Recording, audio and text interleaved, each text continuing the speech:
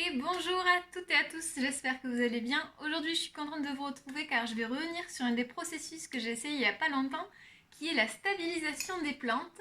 Et donc je vous avais publié une vidéo avec un premier test de stabilisation avec un bouquet que je venais de recevoir. Et donc je vais vous montrer ce qu'il est devenu et on va faire un second test ensemble.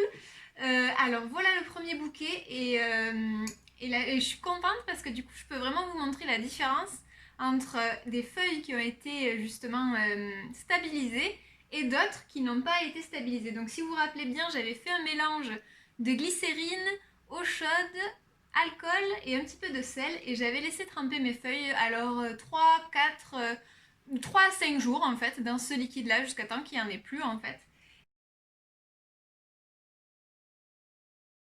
Et donc voilà ce qui est devenu mon bouquet. Alors on a ici une différence qu'on peut voir qui est très notable sur les feuilles d'eucalyptus. Je vais vous en prélever pour vous les montrer.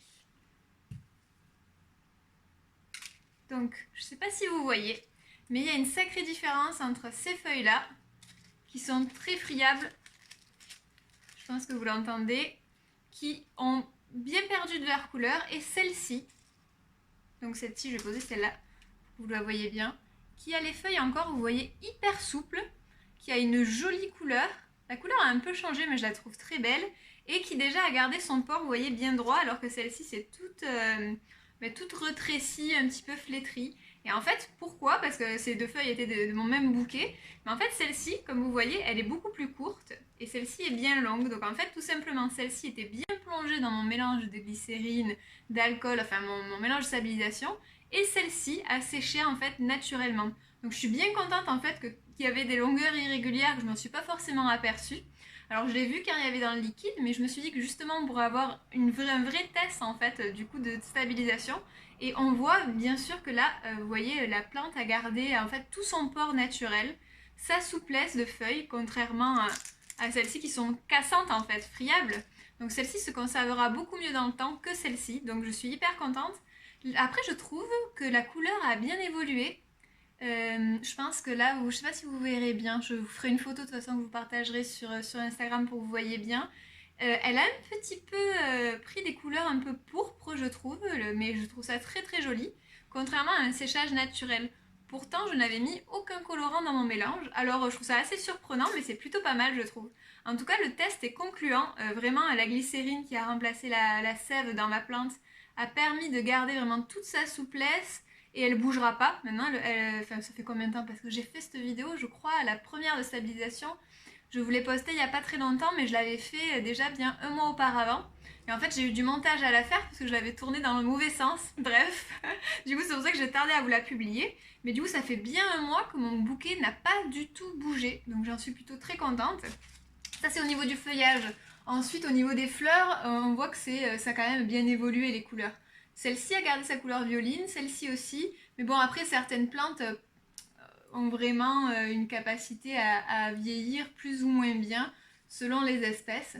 Mais je trouve que mon bouquet il est encore très beau et vraiment ça marche hyper bien sur les feuilles d'eucalyptus. Je suis hyper contente parce que j'adore ça.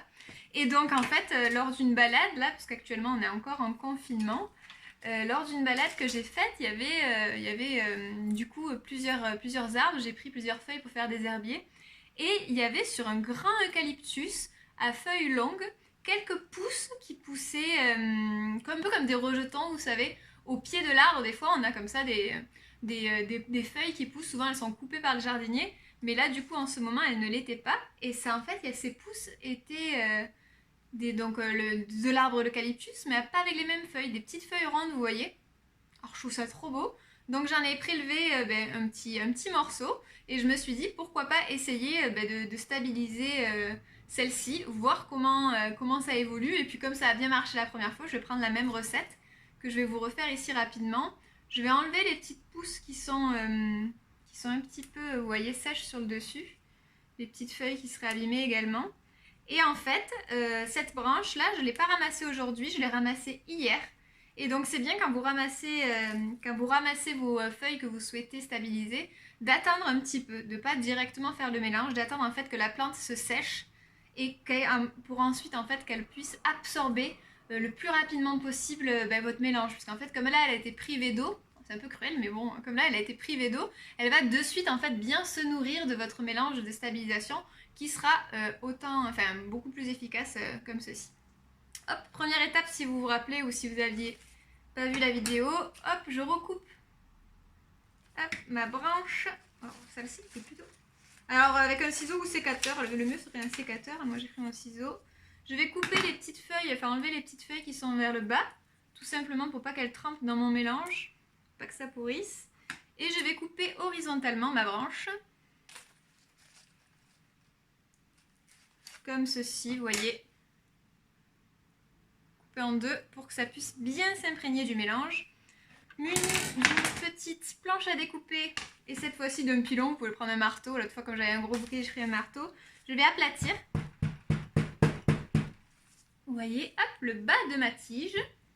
Je l'aplatis bien, hop, comme ça, ça permettra à la plante de boire encore plus facilement.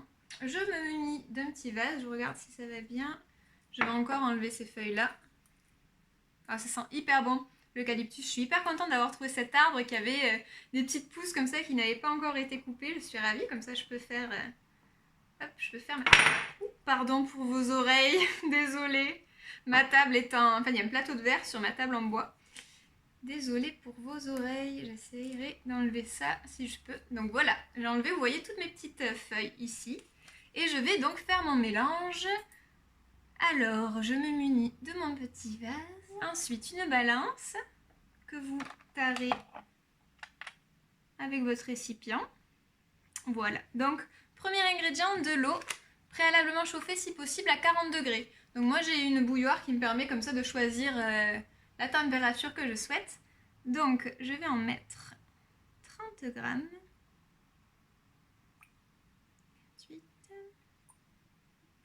30 grammes. Ensuite, je reprends ma glycérine végétale et il m'en faut 70 grammes.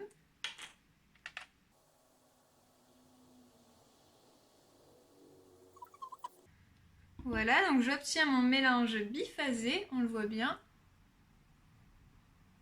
Ensuite, un petit peu d'alcool, donc à peu près une cuillère à café d'alcool. Il ne faut pas en mettre beaucoup, c'est... ou un tout petit peu, vous pouvez aussi en mettre un peu au pif, vous n'êtes pas obligé d'en mettre non plus. Et ensuite, il vous faut du sel, donc à peu près une pincée de sel. Donc moi je prends du sel que j'ai en cuisine. On va prendre une petite pincée.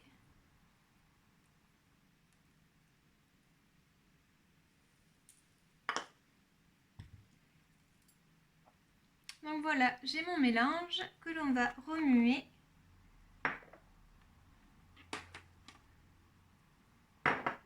Comme ça.